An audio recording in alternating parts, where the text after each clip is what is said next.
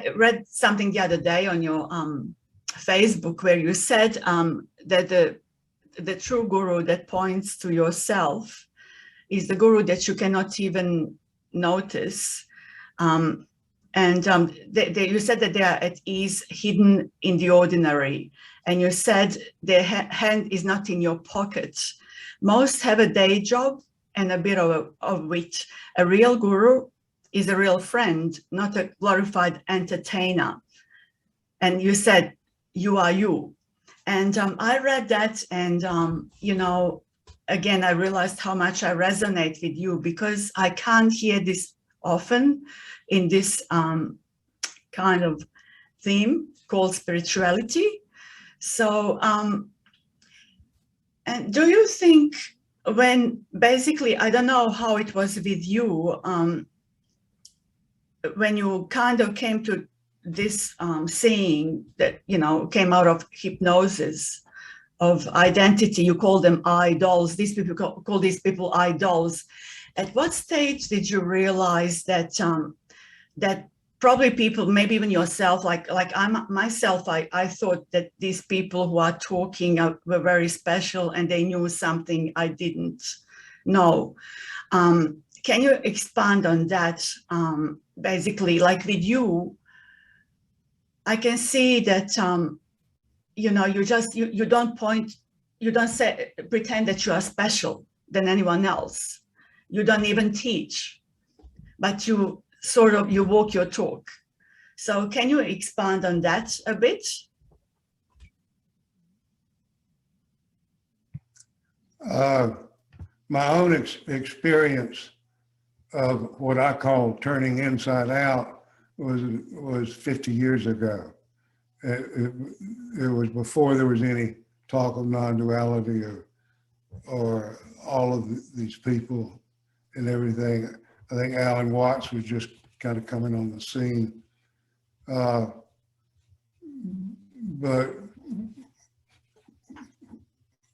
what happened with me is I describe it as a turning inside out, and the I thought, the narrator in my head bone that I assumed that was who I was outshone by everything else. And I literally turned inside out because I'm within myself, everything, it's all seamless. And that's just that narrator, it's just an appearance that comes and goes and shoots the breeze and goes on. So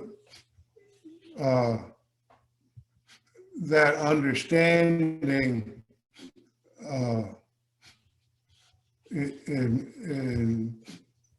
at first, people were trying to tell me that was a spiritual something. And I came across a man in Jamaica that became a very dear friend of mine. His name is James Campbell. And as I tried to communicate with him what had happened with me, he said, yes, I and I one love. That's I and I. That's seamless. That's seamless of everything that when the narrator is quiet, that we are is seamless. So I wound up living with him for the winter in the mountains of Jamaica. And he was an illiterate man. He'd never read anything or written anything in his life. But he was being lived. And it was quite beautiful. And he served me, he served me like I was a god. And I'm trying to look up to this human being that I'm awestruck with. And this human being is doing nothing but serving me, builds me a house out of bamboo to live in, and prepares a place and goes into the wild and gets the food and prepares it and feeds me. Totally, just total love beyond. So a friend of mine came into town, or came into the camp to visit and stayed a day and got a message that his guru was going to be at a place for him to come. And this was a kid guru. He was from India, and he was a little kid. His name was Guru Maharshi, and he was a big sensation at the time. And this is about 50 years ago. And my friend ran off to see the Guru Maharshi. And I was in my little grass hut gossiping about what had just gone down with some other people with a dirt floor and a bamboo bed in there. And Jamesy appeared at the door and came in, and he's acting like a puppy dog. He's all flappy and happy, and he's giddy, and he's acting like a puppy dog. And he says, I want to tell said story about puppy dog is looking for a bone. And little puppy dog is looking and looking and looking for the bone. Oh, he wanted to find the bone so bad. And puppy dog just looked and looked and looked. And James would be ransacking the place and throwing everything around in there. And he saw a stick on the ground, and he went, and came up, and he had the stick in his mouth. He said, puppy dog has a bone. Puppy dog happy now. Puppy dog has bone. Oh, puppy dog happy. And then he prances around like a happy puppy dog. He said, puppy dog so happy. Puppy dog run out and tell everybody, oh, I got the bone and everything. And he comes across a still pool in a stream, and he looks into the still pool, and he sees the reflection of the bone in the still pool, and he looks and he goes, oh my God, puppy dog drops bone. Puppy dog not happy anymore. Oh, wow. Puppy dog not puppy dog. Oh, it's oh my God! No bone, the bone's gone. I got. Where's the bone here? Where's that bone? Where the bone's over here and the bone's down over here? And I'm like, wolf out. Found the bone again. Puppy dog had a bone. Puppy dog had a bone. Puppy dog walked back out into the meadow. Puppy dog comes to same says still pool into the water. And puppy dog sees reflection and goes, look at it. Reflection, a whole bone. And puppy dog walks away. And then Jamesy just leaves and walks away to leave us to ponder the little story that he told. Mm-hmm. That you can have a marvelous revelation, and you got the bone, and then you come across a reflection, and you can drop the bone, going for the reflection of that in another person, and lose the bone. Yeah. Then you're seeking again. Mm-hmm. So, yes, I dropped my bone a lot. I dropped my bone. Yeah. I saw beautiful reflections of my bone. Yeah. And incredibly beautiful people. And I dropped my bone. Yes. Well, isn't it kind of similar again? Today, like, isn't it in a way, the bone still comes and goes, and because lows and ups are still happening, but then in a way we don't identify with that any longer. It seems like, as you said, as a reflection, as a story. Is it like that for you today? So the whole notion of spirituality is false. It's seamless. As soon as you say the word spiritual, you divided reality into something that's spiritual and something that isn't.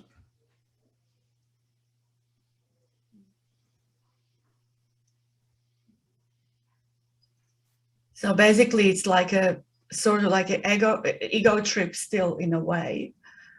You just call it spiritual egotism.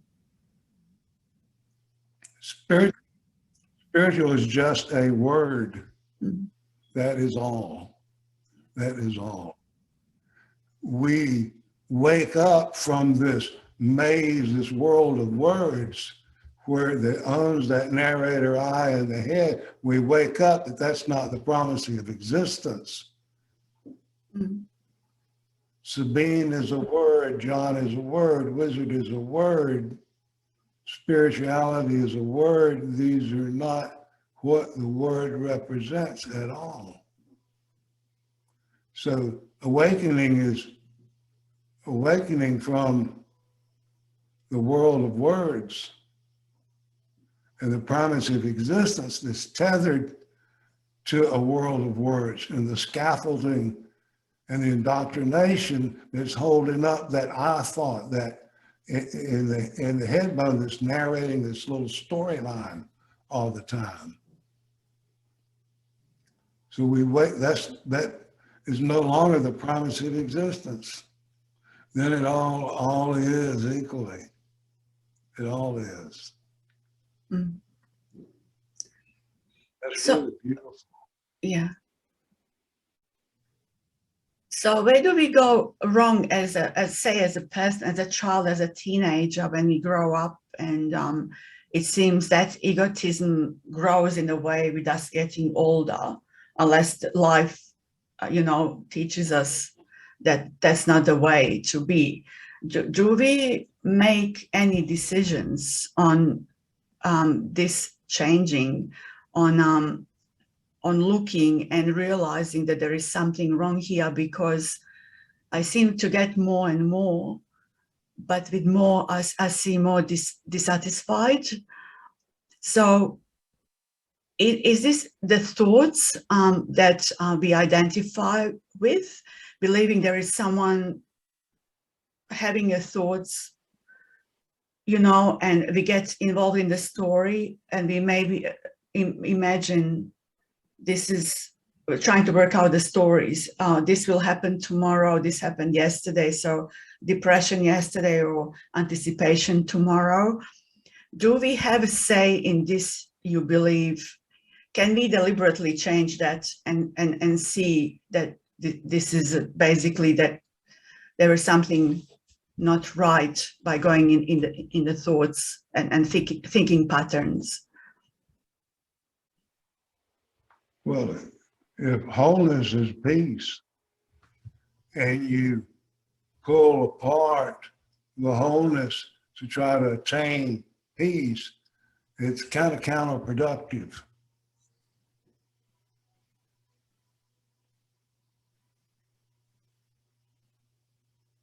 Mm. So any efforts to fix ourselves is counterproductive.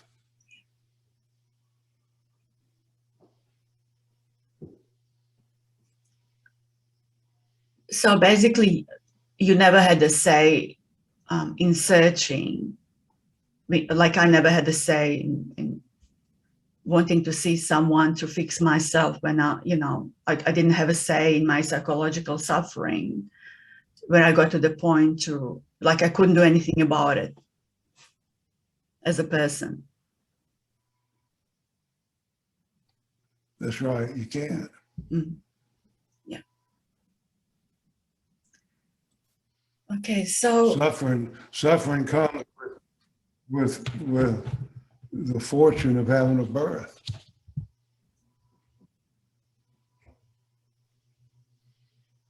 It's a big price, but it's worth it, in my opinion.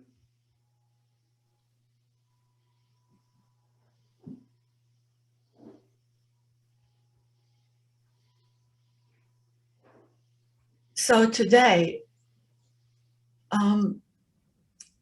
you said it's a big price, but it's worth it. Can you say what has changed maybe with you, with John from 50 years ago to John today? Like has anything? Well, people mature. Yeah. I've certainly matured. Humans mature. They really do. They mature. You don't get stuck at an age. All life matures and changes, and maturity is nice. It's nice. It's nice growing up. It's nice budding. It's nice breaking out into bloom, kissing the sky. All that's nice. Maturing, bearing fruit. All of that's nice. And the dissipation has its niceness too, the impermanence. Where would beauty be if not for impermanence? It's the paintbrush.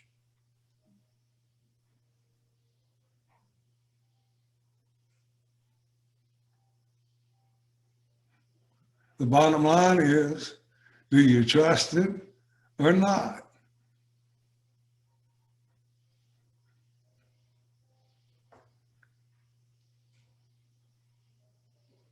For me, I trust the mystery. The mystery has earned my respect.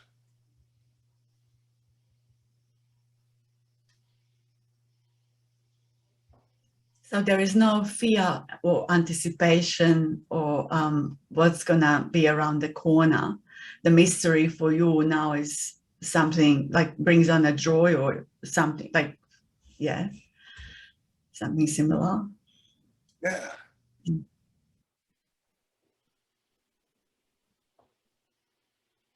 Yeah, the mystery's doing pretty good right now. Yeah. Yes, is there any better than this?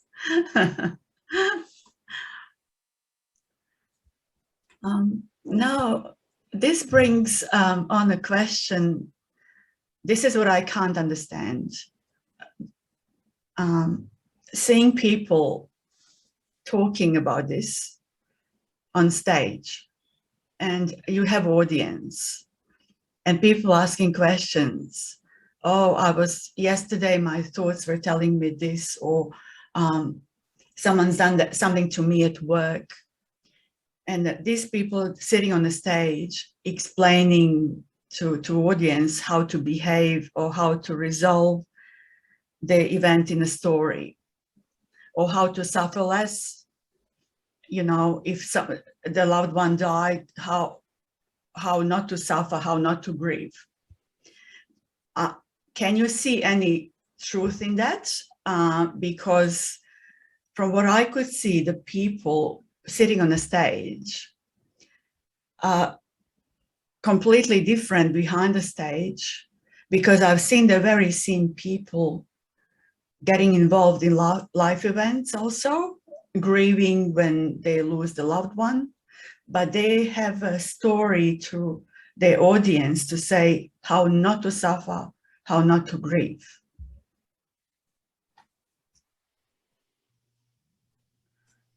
If you've ever known any famous people or actors or things like that keep up and you get backstage with them, we're all just people. You find out everybody's just people.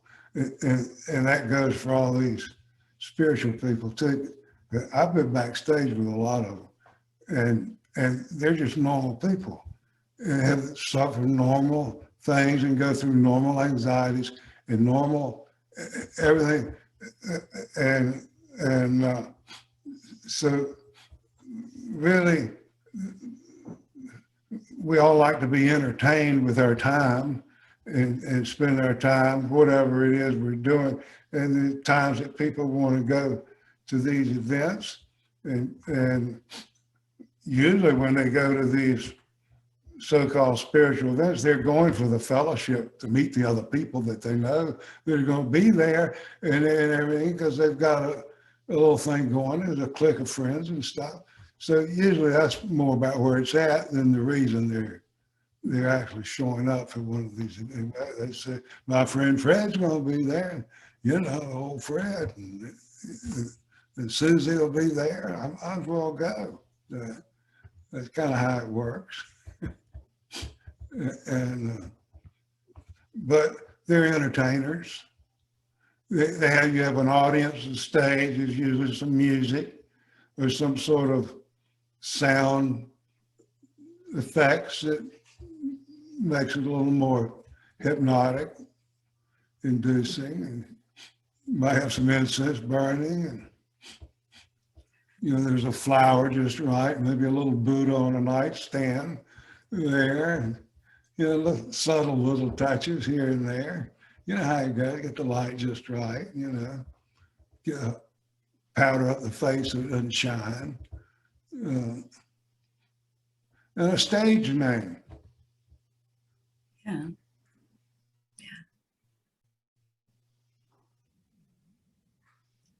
Stage performance. Stagecraft. Yeah. Stage. It's a form of entertainment.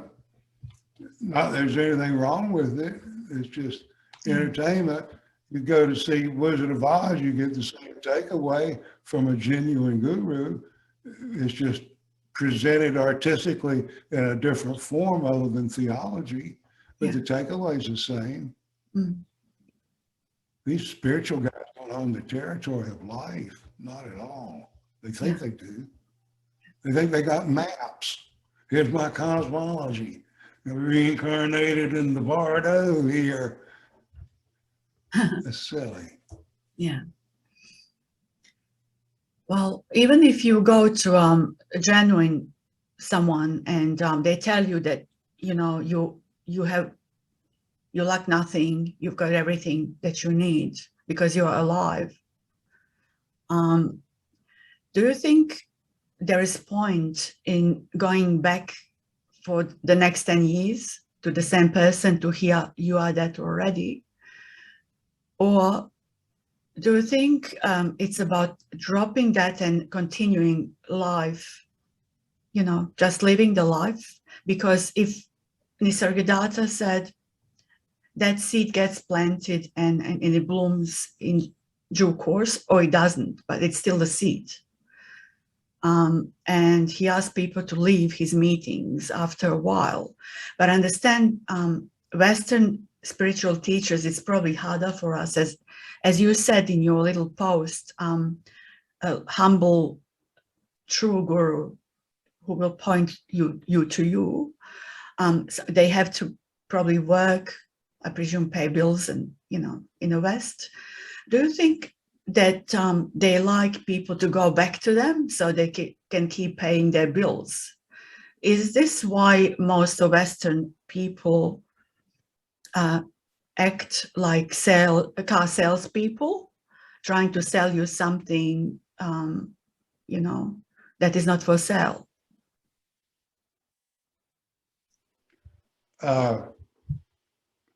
There's a holy hierarchy. The guru and the guru's guru and all of that mess going down, then that person pretending to be the guru is putting himself not in a vision of equalities. It's not seamless. It's a contrivance of thoughts. It's words again. So with discernment, you can see immediately the game. It's just a human being. It may meet an awake human being. They take Ramana Maharshi was an awake human being. He didn't get there through theology. He got it from a panic attack. Mm. He never read the books. Somebody came across him when he was living in his little place on the hill, and the guy was quiet. So this somebody was a well-known teacher, guru, spiritual teacher, and saw Ramana Maharshi and said, this is a true guru. I'm not a guru anymore. So he turned over all his devotees to Ramana Maharshi. That's how he got started. He had to mentor Ramana Maharshi with all the words and everything, because Ramana Maharshi never heard of all that stuff.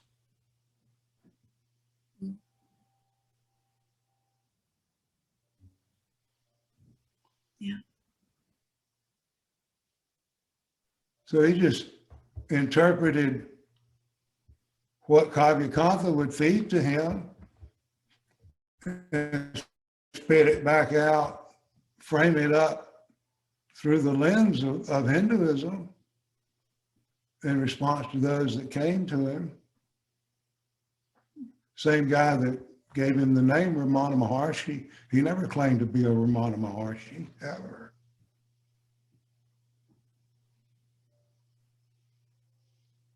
He never claimed a name. Yeah.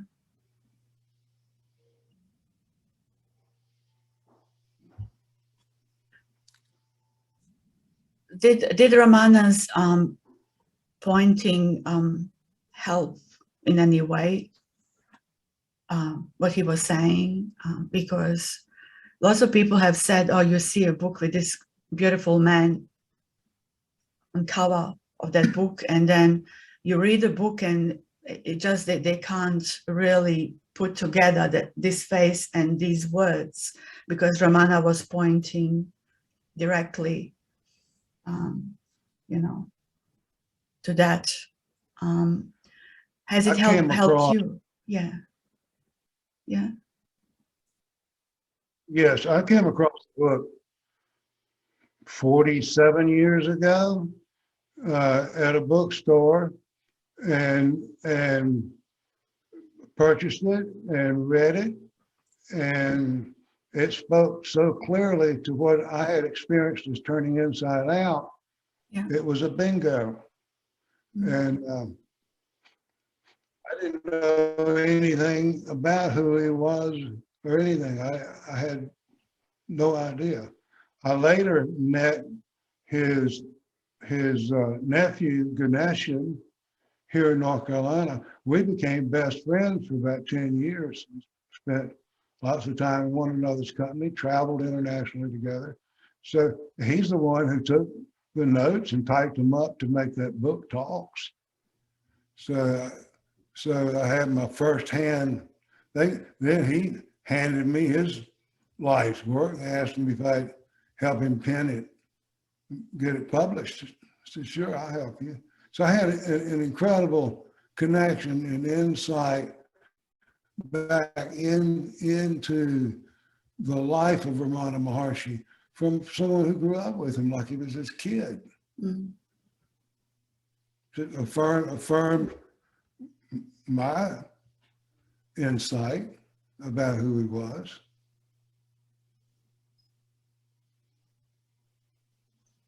He was an ordinary human being. Not to put him down, but not to put down the whole of mankind either. Yeah.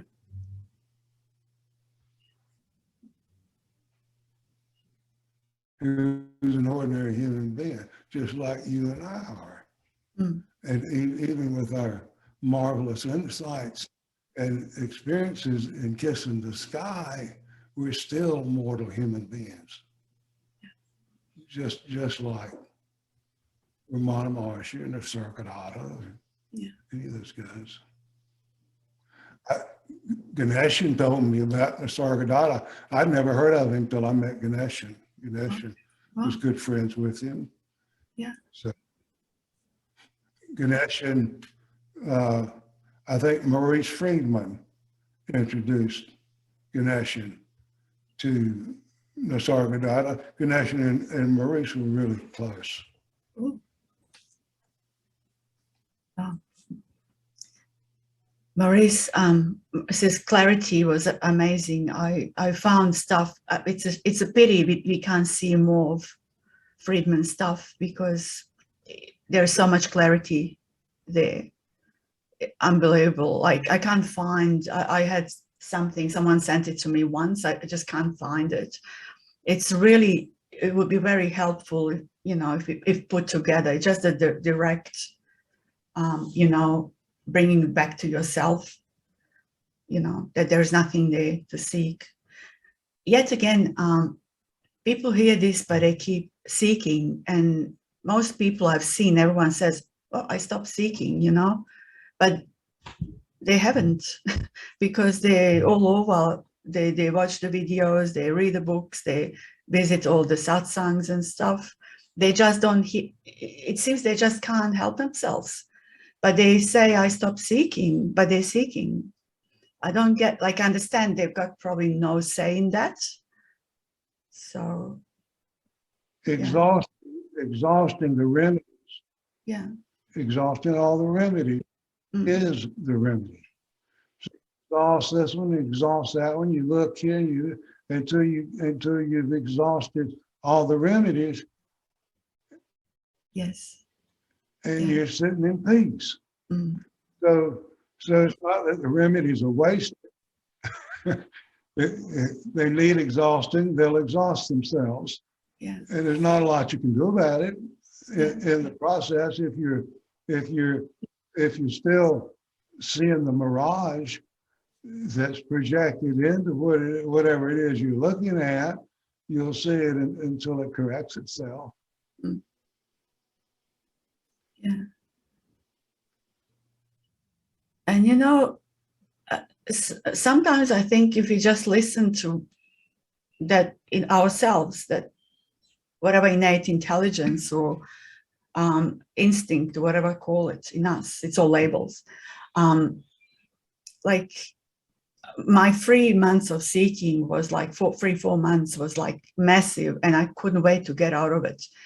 And at times, I say how much I hated the environment of spiritual environment, because I felt I didn't click with these people who kept repeating the same thing, talking. Everyone talked at the same time. Everyone knew everything. I literally knew nothing from the start to the end. And I wasn't pretending. I had no reason to pretend I knew something where I truly didn't. I kept saying I was never spiritual. And what I did, I'm not saying I've made this decision, it just came to me. I started listening to the same meeting again and again. Same pointers again and again, pointing back to myself, to the point that they made me sick, made me literally sick. I couldn't listen to it anymore. And just it all dropped, all of that. And all of a sudden it just, but then having said that, I knew somehow there was nothing, so to say, higher than that, in a way, because if you see someone being proud of their Mercedes, BMW, huge house, like all the wealth and fame, and you go you start laughing because they went wrong direction. This is where I was, because now materialistic made me happy. I was going crazy in the end because I wanted more. I was worried more. The more I had, the more I wanted, the more exhausted I was, and the more mental I was. And when it all dropped away, the beliefs, there was still experience of later on that I had something occasionally it would arise that now I had something special. And when my teacher whispered to me in the ear, he said, now you are off for a good start. I was like disappointed, like, what's he saying? I'm off for a good start. Didn't it end here? And today I understand what it means. Because as you said before, it seems there is maturing to this. Like I'm not the same as, the way I was 7 years ago. I thought I was I thought there was a guru. I was buying everything for my teacher. I thought he was special. I would get an argument for him at the time because I was just that devotee, seemingly. today is different. Today I see myself, I know if there was no resonance here, somewhere, resonance, if there was no openness, that message wouldn't have been heard, because that aliveness has to be here to be recognized. If you're not alive, you know, what can you do? You know, so I'm alive. So thank you, you know, thank you to myself, whatever gratitude there, because I'll say life, I don't know what took me there, but I had no choice in any of this. Again, as a person, it seems to be life organizing this all for us, not even organizing it, because, yeah, I don't know if it's organized or not. It's interesting because with this, you know, we, as you said, we mature. And today I feel like the way you said, you just do what you do, whatever comes next, you don't push life about anymore. Things arise, somehow you deal with them, like a response happens. But it's easier in a way because there's no mental identification as much. If it comes up, it drops away by itself. But as you said, it seems you can't modify or change or do anything with your thoughts, isn't it? Yeah. Yeah, it's like trying to change the weather. Yeah.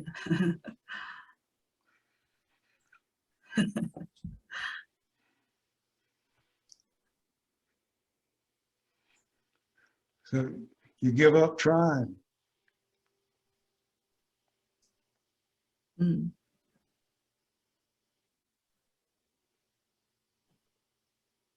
And people would ask now, but how do I do that?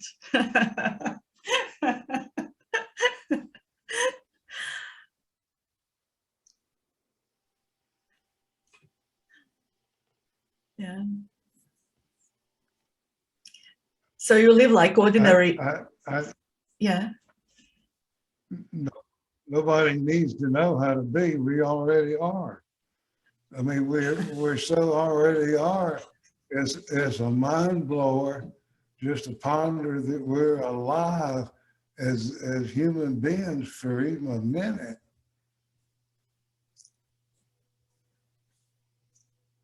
It's full. The screen is full. Everywhere I look, there's something. It's all changing. It's disappearing as fast as it appears.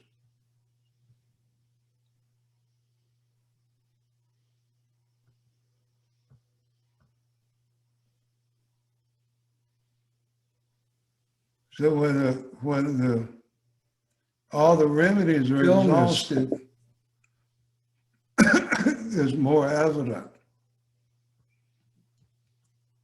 It's like walking with my kitties. It doesn't need filling with anything. Stillness comes and kisses you just like you kiss the sky. Stillness will come from behind and kiss you every now and then. It's nice. Mm-hmm. We have stillness and dream of sleep. We all love dreaming of sleep. That's just stillness.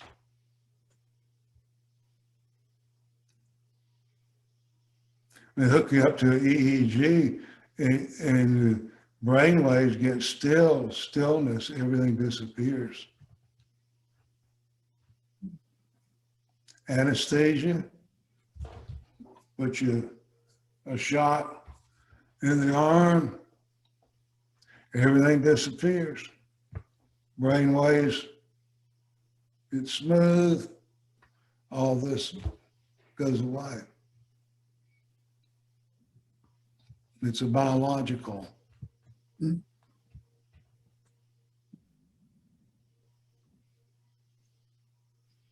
Do you think that people are frightened from stillness in a way? They're frightened to be on their own. It's probably like death to them or death to the thoughts or something, in a way. So this is why they are running to attend the next meeting, so they get another experience, so they get that excitement of that bone. chasing. That's not very still. Mm. Chasing the bone. Mm.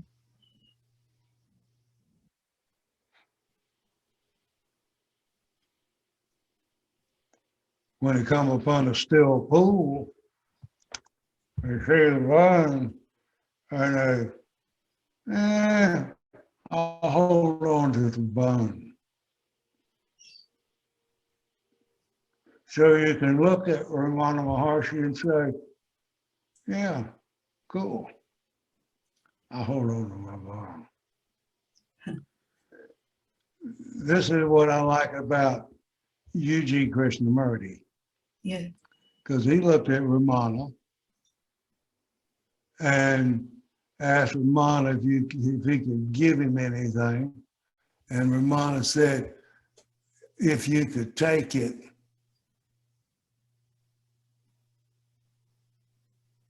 And U.G. walked away. Yeah. Later, Ramana says, if anybody says they can transmit it, they don't deserve the word teacher or guru anywhere around them, because it can't be transmitted. Mm. And U.G. called him on it early on. I like that. Yeah.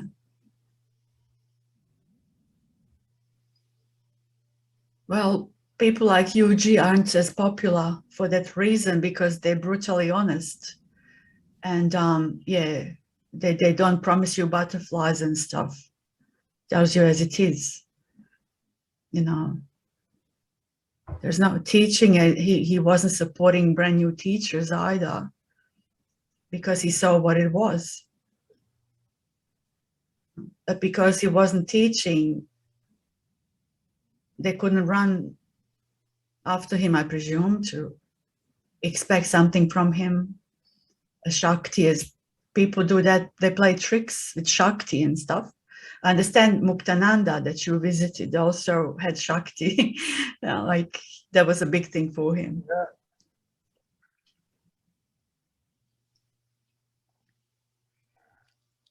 And that's Muktananda's world. That's Muktananda's mind. And it's awesome. Yeah. He was an awesome human being. Yeah. Truly awesome. Yeah. But backstage, he'd point to him out there chanting and say, that's not it at all. It's just loving one another. Mm. That's what he said backstage. Okay. While it was going on in the big hall.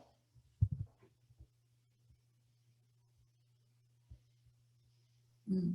Om Namah Shivaya in the big hall, and they're all doing, and that's not it at all.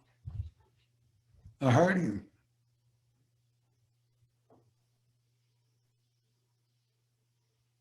Mm. That's theater.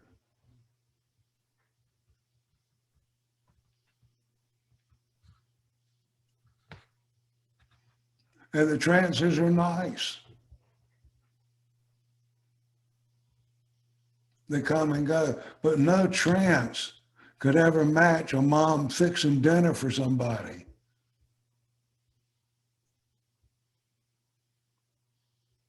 It's just glorified imagination.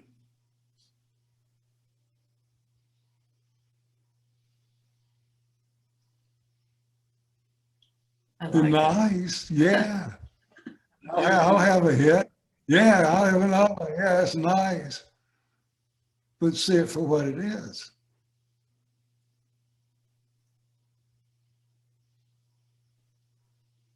Yeah.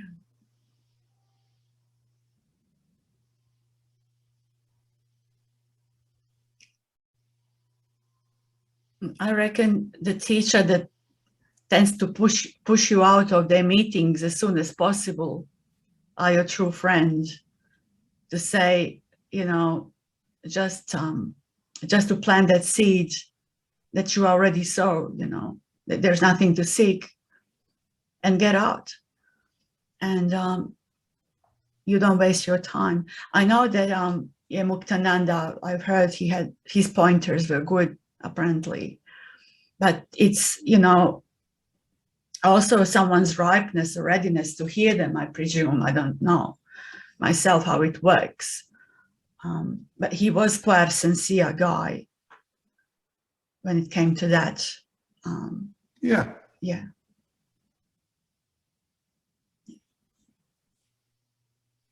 I always liked him. Yeah.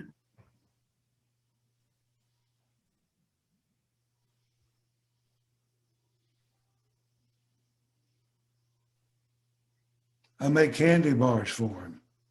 They were fruit and nut bars. Did you? Yourself? Yeah. How Yeah. how did you do that? It was my first food product. It was called a Power Pack, and he loved them. And he would crumble them up and put them as seasonings in other foods and desserts and things in the kitchen. Oh. And see, you've got your chocolates now. Your famous chocolates. That's a little hobby business. Yeah.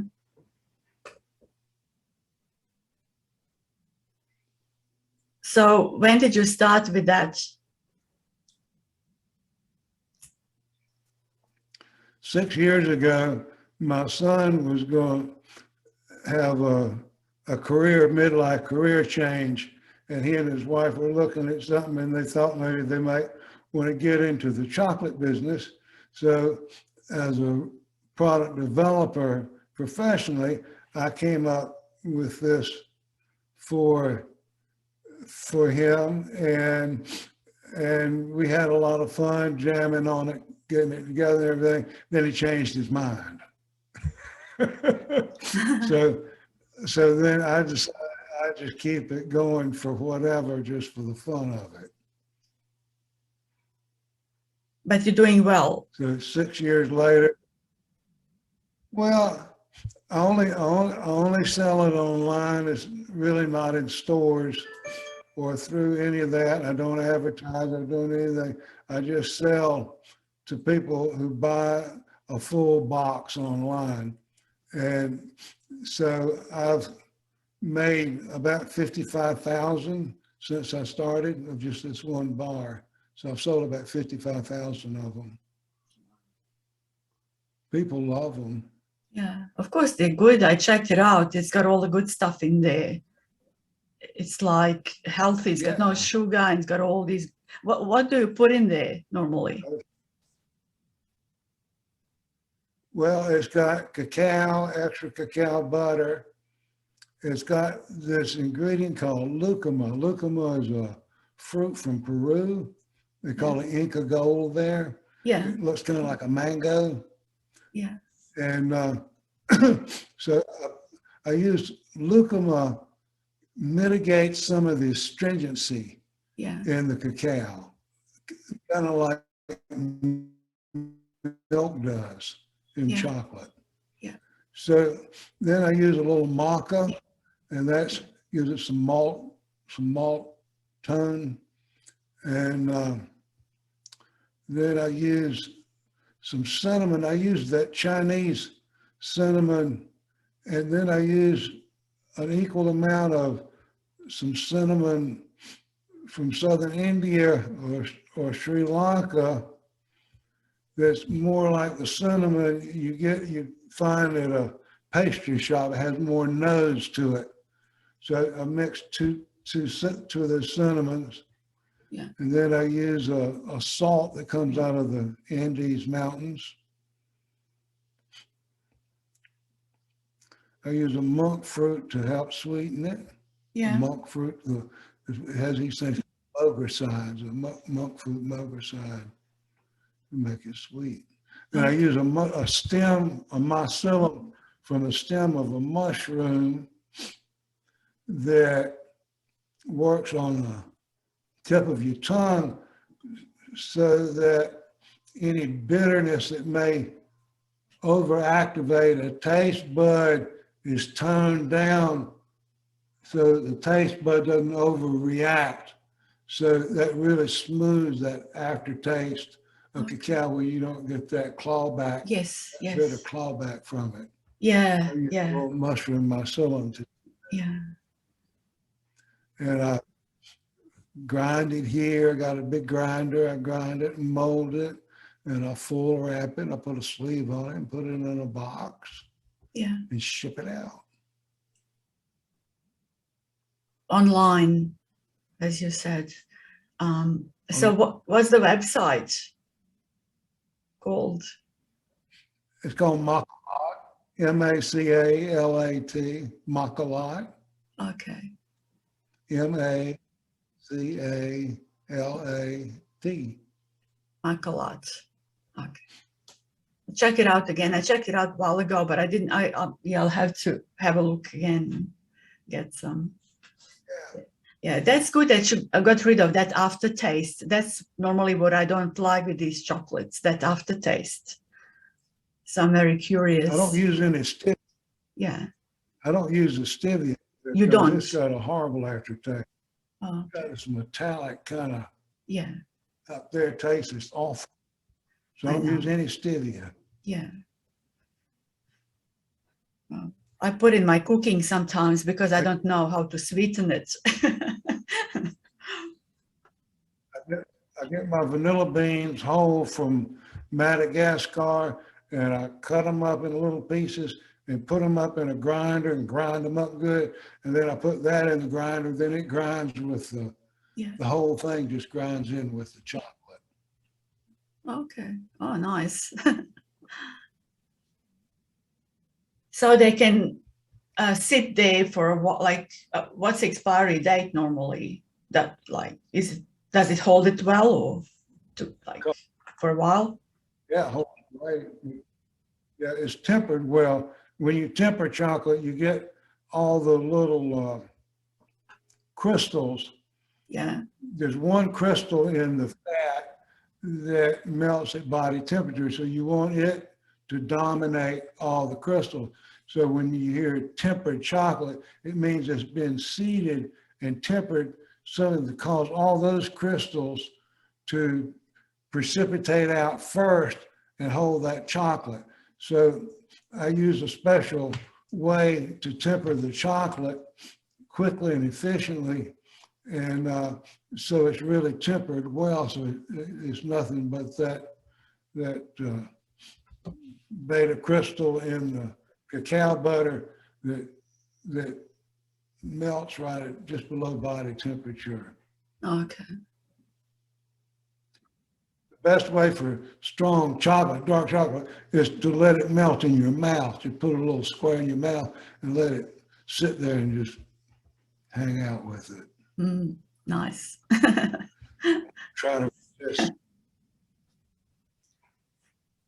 So I presume you've got a few kinds there. Like, have you got different like flavors in them, or is it just one kind? Or No, kind of like Coca-Cola, one flavor. That's it. Okay. That's my best shot. The best shot. Yeah. Oh, good. So it keeps you busy, does it? Like, is it a big job for you? Can you handle it or yourself? Yeah, I don't have any employees, so it's just my wife and I. And I took a guest house, and made it into a little chocolate shop. So I go there behind the house in the guest house and grind and make the chocolate, and I take my time with it, and it's nice. It's a nice little house, all in cherry floors and cherry trim, and a lot of lights that open up into a wooded area and meadows. And I play music while I'm hanging out in there. Oh, cool. and not like work. Yeah. Yeah, because you're in a nice nature out there also. You've got a big property, isn't it? Yeah. Yeah. It's nice. Nice to be not to be in towns, in big cities, I think, at the moment especially. Yeah.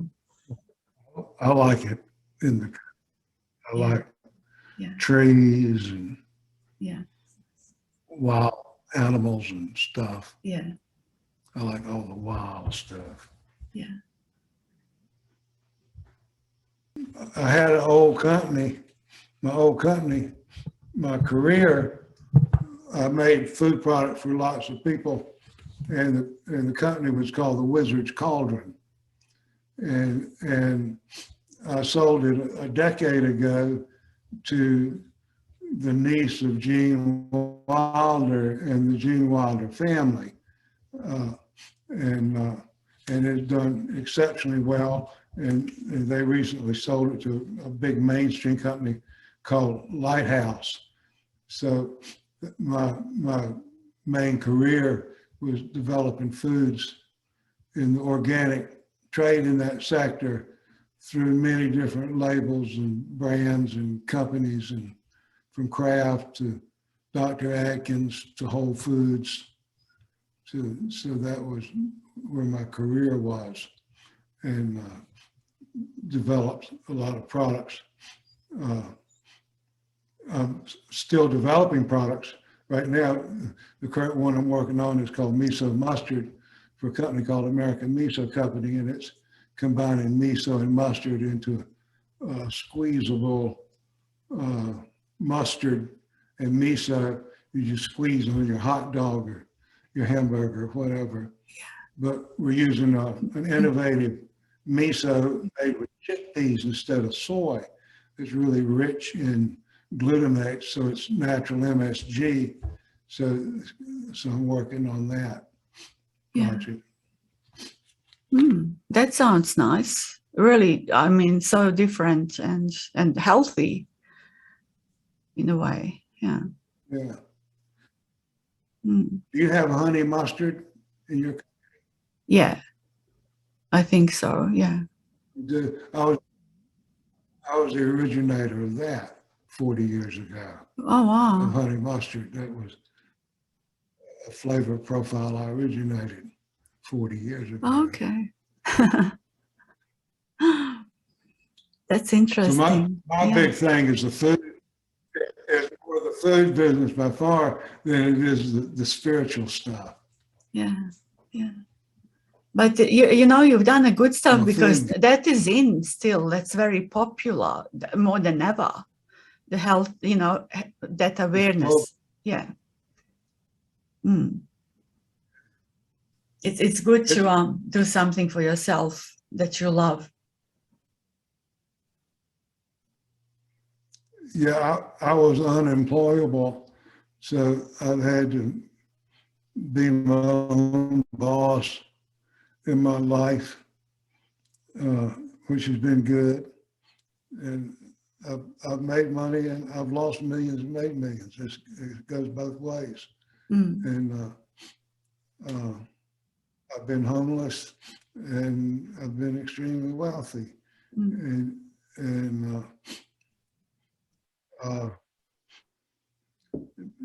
doesn't matter about,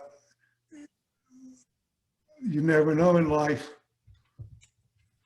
how fortune and misfortune is going to come, but they're both going to come usually when you least expect them. And but I've enjoyed that. I've enjoyed the many facets and stages of life, and I enjoy the business world as much as I enjoy any other aspect of civilization and society. Yeah. So there are a lot of so-called spiritual people that look at business people like they're somehow not up to snuff.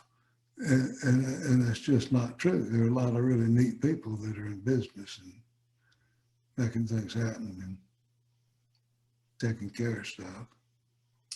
Is it easy for you to take a risk now, for an instance, to what it was, say, 50 years ago? Do you feel that you don't have that fear of taking risk, or was it always like that with you? Well, I took my cat for a walk today. I had the kittens and then the older guys. And the older guys weren't as risky behaving as the kittens were. So that's a part of maturity.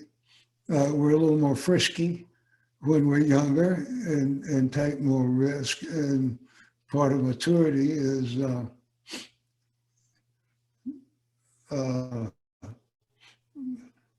maybe not being so risky and cavalier about things. It's just because we're always changing. Mm. Might not seem like it, but we are. Yeah.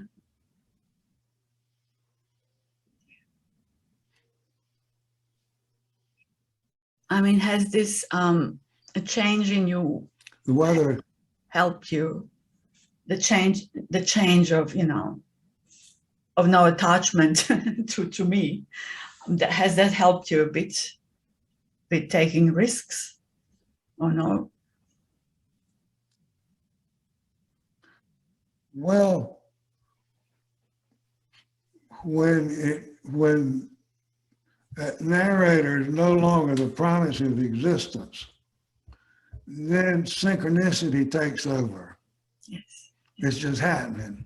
Yeah. So I count myself really lucky because the happening took me all the way to homelessness to wealth and back and forth and all over and meeting these incredible people all over the world and everything, and without contrivance, without this thing in my head trying to do something with the storyline. Mm-hmm. And it's far better than I could have ever contrived it.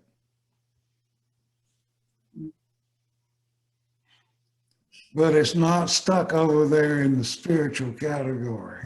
Yeah, which is lucky also. I'm really a rascal. Mm-hmm. I'm a rascal like any healthy man is. Spiritual rascal. Yeah,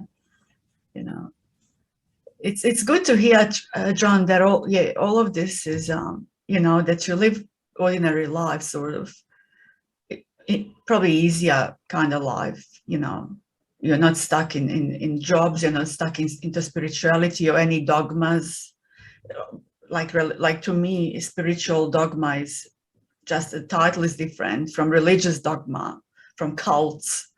The moment you join, you said this before, you join something like a cult, or you're done for. It's kind of another attachment. It's kind of, I mean, there's nothing wrong with that, but it's kind of someone's way of life. People love that spiritual, I don't know, way of life. Same as someone likes painting, or you're making chocolates and innovating the new product. I presume that's how they love meeting each other at the spiritual meetings. But to me, where I see a problem is people who truly might need help, and they get sucked in by these teachers that promise them something, that one day you might be just like me.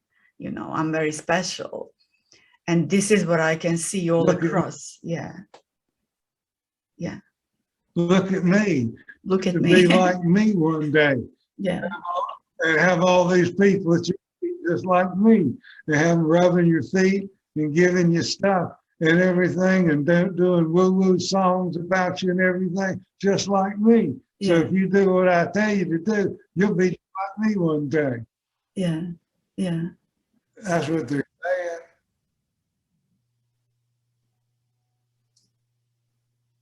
That's the silliest thing. People would be like themselves.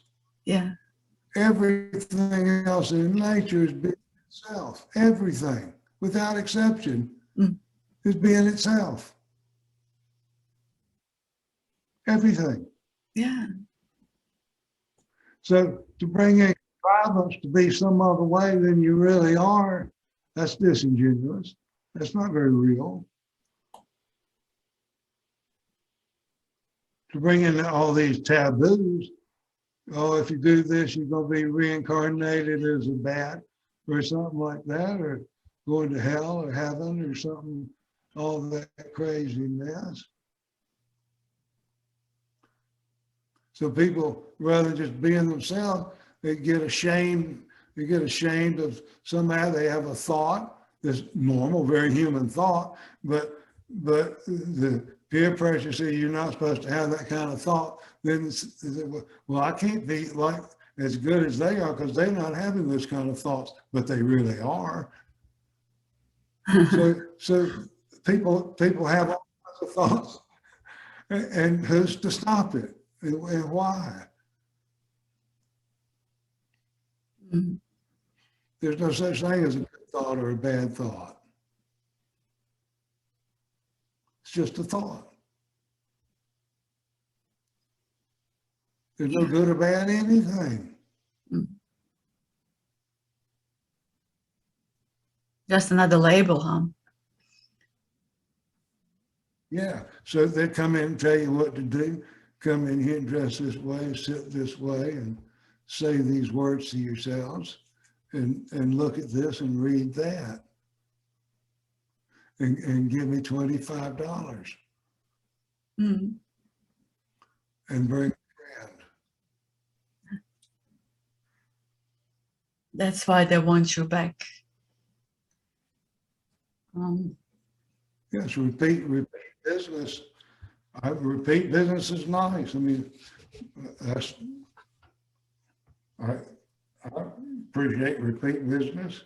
It means you might coming back, but if they give you $1 and you give them something back for that $1, that's kind of cool. But when you're giving something back to them that's already theirs and you take their $1, that's dishonest, in my opinion. Because what these people do is they come in and try to brand your own awareness and put their cosmology map over that territory, and then want you to donate back and use their words to describe yourself that is really so beyond and outrageous you could never explain it in words yourself. And then they want to rent that back to you by your supporting it, so you can claim you're in the Nisargadatta kind of realization with your brain. And then people get caught up in that, and then they get in this lineage, which is a squiggly line going across the seamless terrain out there, or in here, a squiggly line, and that squiggly line is starting to claim ownership of the territory. Yes. Yes. So you can be awake and still be of service. All, being enterprising is figuring out how to serve someone in a way they're willing to compensate you for that service. Might be feeding them a meal or making them a shirt or cooking or doing, but usually we serve another person in a way that they'll reciprocate, and that validates if that service is worth it to them or not, is with the exchange of that money. And so I think if they're giving you their money, then you should give them something real that's not already theirs. Mm.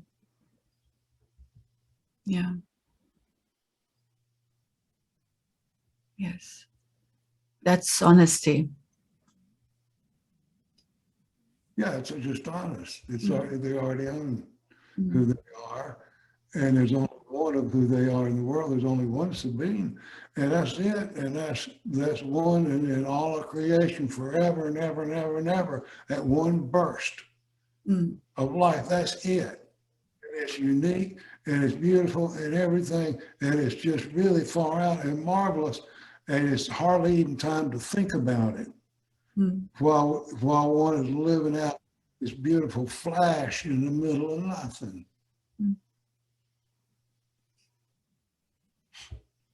Is there a meaning?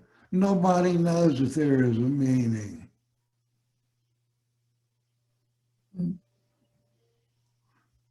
We were programmed to survive and reproduce. Recycle, as Yuji put it. Yeah, they're for recycling. Yeah. And it's the DNA code. I mean, Ramana never heard of the DNA code. They didn't have that thing figured out till 1950. He died then. So he used some scars and impressions and all these Hindu terms, Akashic record and all that stuff, when really it's in the DNA code. We know that now. There's no reincarnation. No. There's some old decrepit soul is going to go jump into this newborn baby's brain and usurp it and take it over to work out its old sins. How horrifying. And still the innocence of that newborn babe with that old shit and shove it down that poor babe's throat. No. It's the DNA code. Like the kitties and the trees and everything else.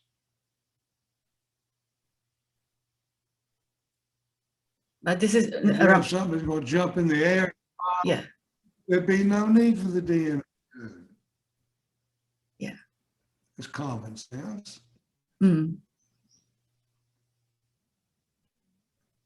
This is why we need, it's good to use this chance to truly see who we are. And that's what Ramana said also. Use this chance, and your only task is to recognize who you are. And that's the only contribution. That's the only contribution you can bring to this world, to realize who you truly are, as you are. Yeah. Be yourself. Be yourself, yeah. And that's joyous, beautiful enough. The universe didn't make a mistake. For one human being, a man's ejaculate, one time, is 300 million sperm. 300 million. Yeah. Each sperm has a different blueprint on it. Out of 300 million, no two alike. I'm a twin. My twin was nothing like me at all. Wow. Each sperm is 300 million. And then you think how much goes to waste is not in there. So it's one in hundreds of millions, if not billions, for that. And the egg to fuse and create a human being or a kitty. The rest, I'm sorry, they didn't win the lottery. They're not all these souls missed. That's biology. So my understanding is, back when they believed in the holy hierarchies and all this myth stuff and everything, and they thought the earth was flat, and they looked up at the sky, said everything's going around us, and and when Galileo said something, they wanted to burn him at the stake. They call those the Dark Ages. And waking up from these holy hierarchies and this myth and superstition and all this stuff into astronomy and math and evolution and all of this science was called the Age of Enlightenment. That's what enlightenment means to me.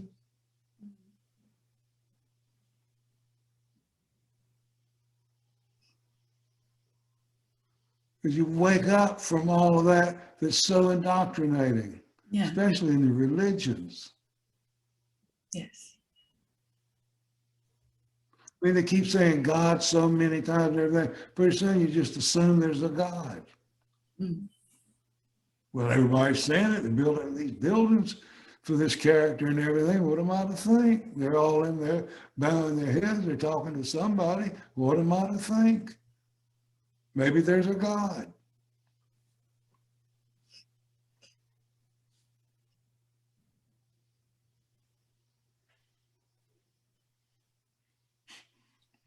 Maybe, maybe not. Maybe not. If it's the God that was instructing Noah, I don't think I want that guy because he was mean. Mm-hmm. He wanted to kill everything in the world because they weren't doing what he said. Yeah.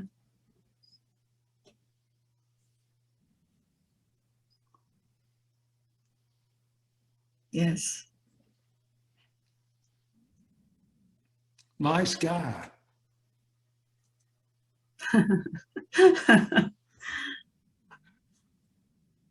Yeah. People love their idols. Jesus, Buddha, priests. Yeah. Kind of, gives them something to hold on to attach to cling, to make them suffer more. They think there's someone there to save them. Yeah. So that's kind of like Dark Ages stuff. Yeah.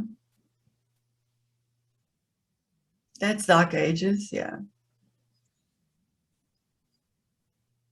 Because that light of knowledge wasn't prevalent yet. So we believed all of this stuff.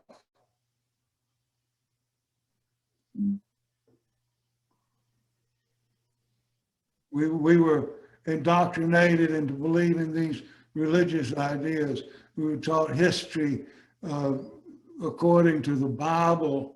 Here's when the earth began and everything, and then here's Moses, and then here's Noah, and all this stuff is going on, and then Jesus is born, but it's just this tiny speck on the globe.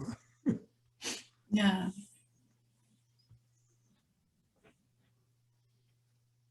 Our galaxy is tiny, only in comparison to the rest of it. Yeah. Every day it seems bigger and bigger. Yeah. We don't know. And the human brain can't know that which is so much bigger than itself. I mean, we're such a tiny flash, little lightning bug going off. Stain, a germ, a little germ. Yeah. Yeah. We don't know that if we're at the atomic level of some structure much larger, and that if we could zoom down to a cell down in here, it may be like our solar system or galaxy full of atoms looking like right there. We don't know where in how this appearance is occurring. No, never will. We don't know. No. We can't know. No, we can't. Oh, this is why. All we can really do is just accept. All we do is accept, yes, and take it for truth. And then we accept ourselves exactly like we are. Yeah. With all the boogers and all the scratches and cuts and bruises, we accept ourselves totally. Oh yeah. There's nothing else. I'm center of the universe. That's what me says. As is with all the wrinkles, we accept all of it. Yeah. You know. But we really don't have a choice. No, we don't. Yeah. I like that George Carlin, when he said, people believe there is this guy, invisible guy in skies, you know. They never seen him, but like, but they want to touch the paint to see if it's dry or whatever, like to make sure it's, you know, it's dry, but they believe in something they haven't seen like ever. There's no proof to it. Yeah. Yeah. Yeah. And that's how we are. But again, going back to this spirituality and seekers and their leaders, basically they depend on each other's. Without the leaders won't be seekers, without seekers won't be leaders. So there is that connection there. They boost each other's egotism. They steal each other's monies and materialistic things, depending who is more cunning or street smart, I presume. So it's still that madness. To me, it's like a religion still. I see people also. I go on Facebook often, and sometimes I just can't digest it. It seems like most are in the same boat. Most of these spiritual people. I kind of play tricks a bit here and there with them to see how their mind operates, because I don't get them. I really don't. Sometimes I post something and I don't put down who said it. So it's like, but put a picture of some idol of their idols, put a picture of the spiritual brand name teacher, everyone's there. You see, everyone loves it. You know? Understand this Siddhartha might have helped a respectful guy whose message was unique, you know. Maybe I would like to hang out with him. I don't know, you know. He was smoking and seems to be a fun guy. Like he was angry and like seemingly fierce. I think Nisargadatta was a decent guy, and I only know about him mostly through my friend Ganeshan, who told me stories. Yeah. But he sounded like a fun guy, like an honest person. Mm-hmm. But what Westerners don't understand is he can't help but be framed up with the religious stuff of his environment. He can't help but use those words because that's how he's taught to think. Yeah. So it gets this divine crap in there that need not be there. Because anytime you lean over into that divine God thing, you're getting in dangerous territory and can fool people. Because really, it's just us. It's just us. Yes. And this is it. And when we love ourselves and feeling to have, I mean, these people look at these gurus and they feel this bliss and everything. They don't realize it's that hypnotism is their own self. They don't realize that. Yeah. And they're not being told that. They're kind of being told that, but then they get it yanked back. They get a picture shoved in their face or something. Yeah. I mean, I'm talking about some of these extreme, but it gets more subtle. But mediocre entertainers like a captive audience. Mediocre entertainers have always been attracted into the spiritual arenas. Yeah. You've seen it. Yeah. The mediocre drummers in there drumming at the drumming circle with the guys. He ain't playing with Fleetwood Mac or something. Yeah. So a lot of these people get in and they set up little businesses that maybe they sell some incense, or they get into the trinket business. I mean, it's a whole trade. If you go to the Science and Non-duality conference, now that's a good one. Yeah. It's a trade show. I've been to trade shows all my life. So all over the world, I've been to trade shows. The Science and Non-duality conference is a trade show for these people. Yeah. They got the booze and the trinkets and the speaker slots and the money. It's in the books. It's a like a book trade show. It's not some high and holy organization or something like that. Yeah.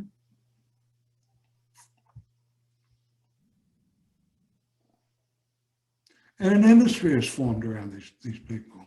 Yeah.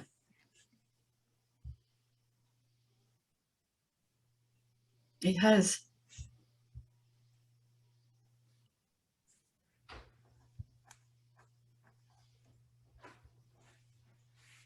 But they set themselves up as business, and as out of nothing, literally.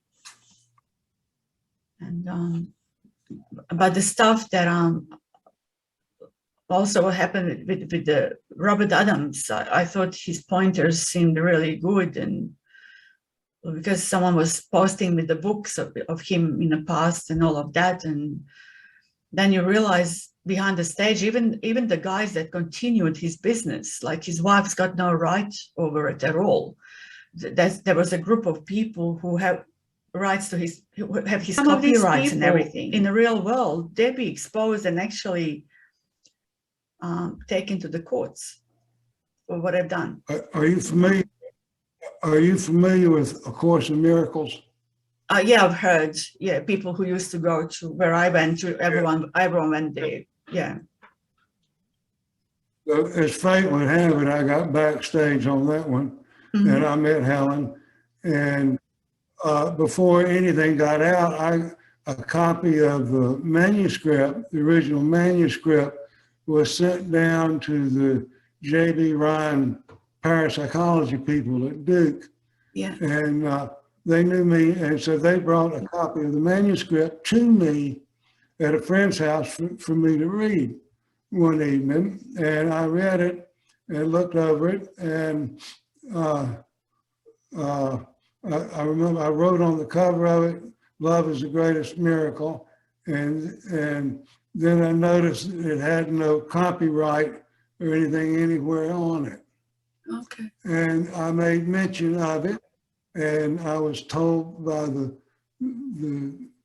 people from the J.B. Ryan parapsychology department that she did not want to copyright it or make any claims on it whatsoever. Helen Shulman. Yeah. So things were going along, and a friend of mine started making copies of it and passing around. And then they got back in touch with the parapsychology department, and they talked about maybe starting a pilot course to see what would happen if people actually did a course. Yeah. They invited me to participate in that. So I did. So I went along with it. To me, it was Advaita in Jesus speak. It was weird, the whole channeling thing and bringing Jesus back into the mix. and it was all goody, no money, everything's good. Then all of a sudden, they're trying to grab up any copy that's in the public domain, and they're really getting uptight and weird about everything and clamping down on anything that's printed. And then $1 million book deal appears. And boy, did things change. So, because the book had already been, there was a lawsuit about it, and I was a witness in the lawsuit, a key witness.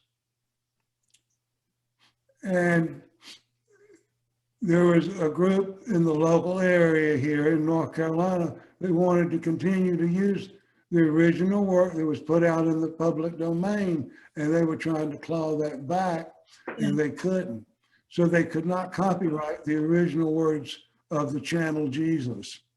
They had to contrive another version that wasn't the original from Jesus. Yeah. It wasn't the original, to get the copyright on that for the $1 million book deal. Wow. Do you follow that? Yeah. Wow. Mm. And I was a key witness in that trial, Yeah.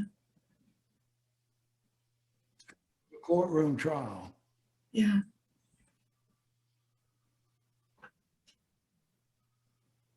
Book business. Course in Miracles is a book business. Yes. It's not a channeling of Jesus. No. That's just made up stuff. Well, that's all stuff to sit up, actually. Or all that business stuff that gets involved, it just stuffs it up. It just makes it all toxic. That's how I see it.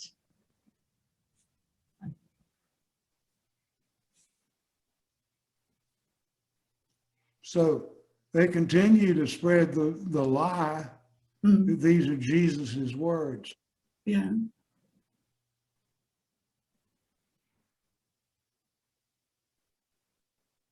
Mm.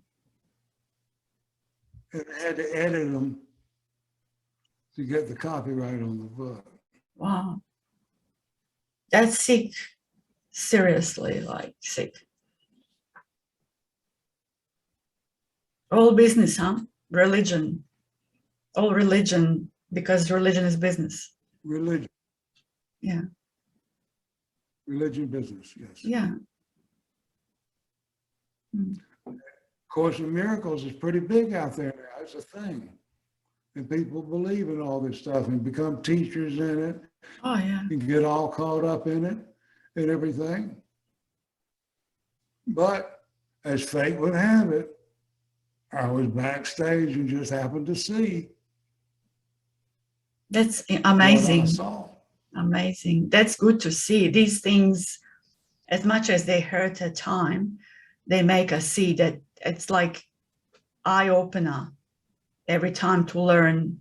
That's how I see it. All these things that were really hurtful and made me toxic at the time, now they kind of, I'm where I am, mature, maybe quicker than some other people. It was hard at the time, but now it all sits in its place. Like, you know what everything is, the way you've seen it. No wonder. It's all Toto pulling the curtain back to reveal the ordinary human being. Yeah. It's not demeaning for Toto to pull the curtain back on Professor Marvel, who's playing the wizard, to reveal an ordinary human being. It even empowers Professor Marvel in the story, and he becomes an endearing character. So it restores love to him too, to pull that curtain back. Even in Wizard of Oz, it restores love to the eye doll that you pull the curtain back on. Yes. So it's not demeaning to say, Muji, really?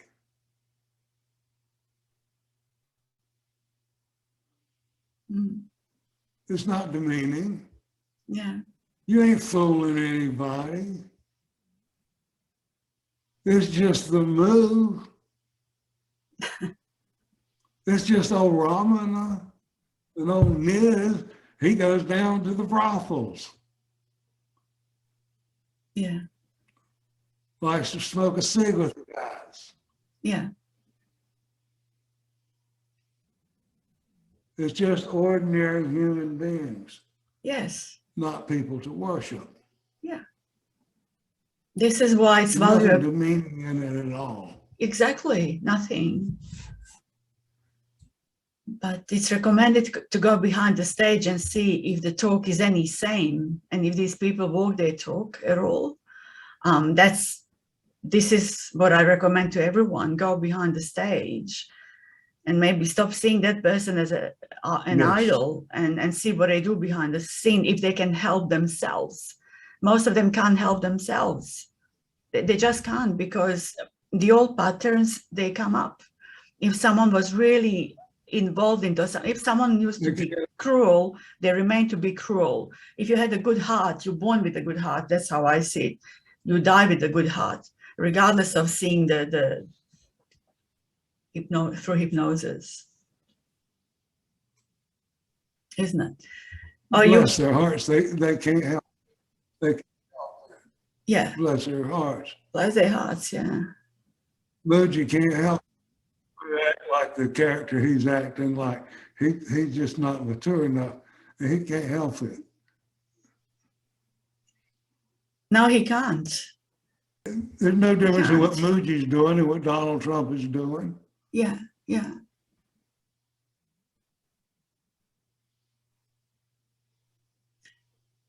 Same con game.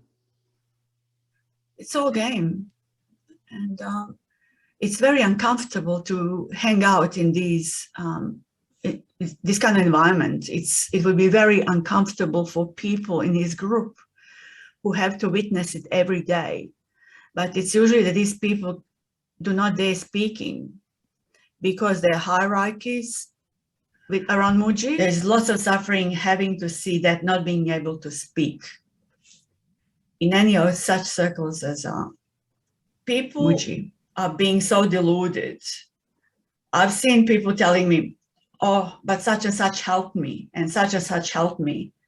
Oh, really? Why are you so stuffed up if they help you? They say, I know I'm already that, but I'm going to see all these dogma people and they all helped me, but they're still seeking and they're all still in these circles. Using the brain for reason and logic and thinking clearly. Yeah. Exactly. There's no magic. No. Something called enlightenment that a human being can own. Yeah. It's not to say that the human mind is not one incredibly marvelous creation, and what a human can experience is awesome. But we're still mortal human beings. There's so much we don't know. So it's not to put down, but those experiences that we have don't belong to anybody but ourselves and their own vision of the depth and beauty we are. And nobody can lay claim on it. Everybody just keep their damn hands off of it.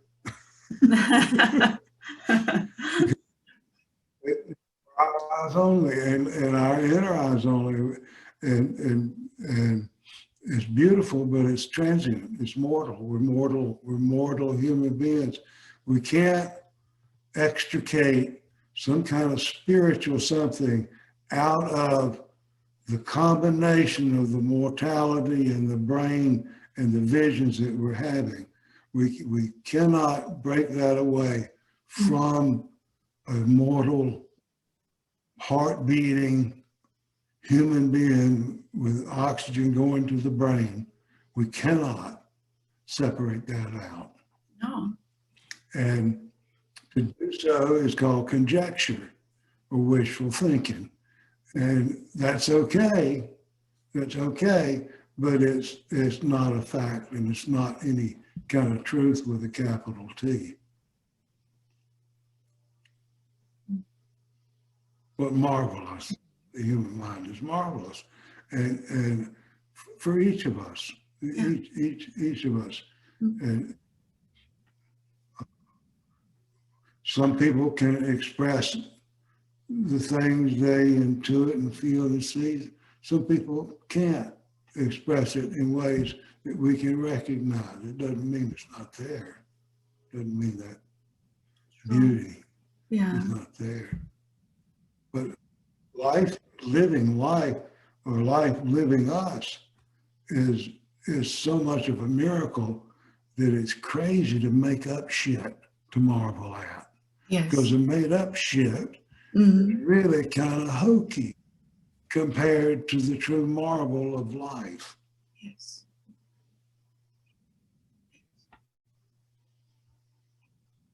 It's everyone's right, isn't it? All of us. No one is out of it. Yeah.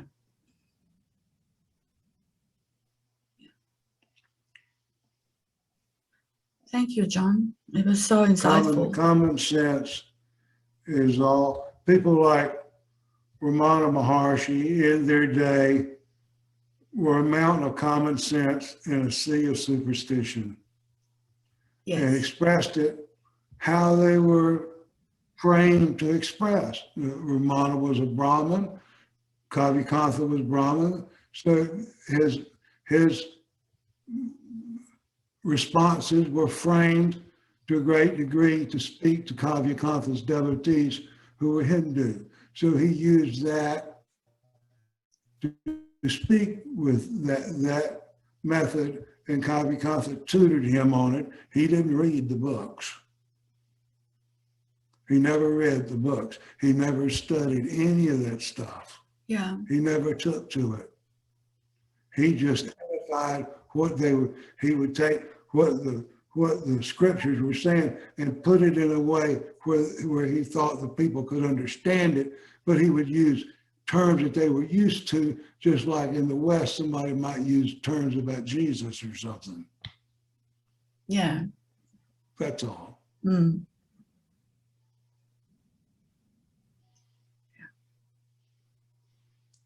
But in simple way. I don't need to fix anybody. Yeah.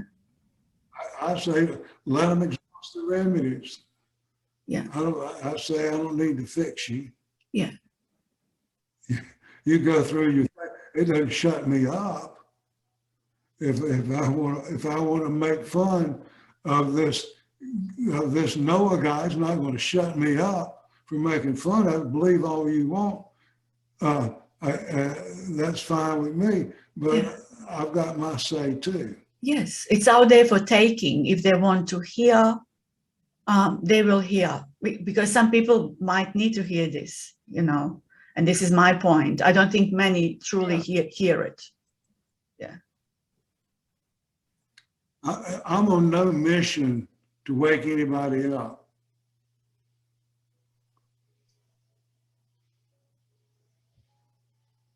I'm not mission driven in messaging. Yeah. Especially you, I know you're not.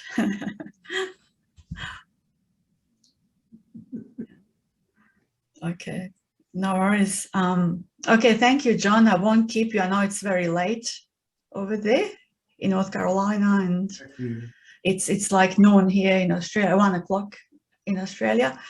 And wishing you all the best, and thank you so much for your time. And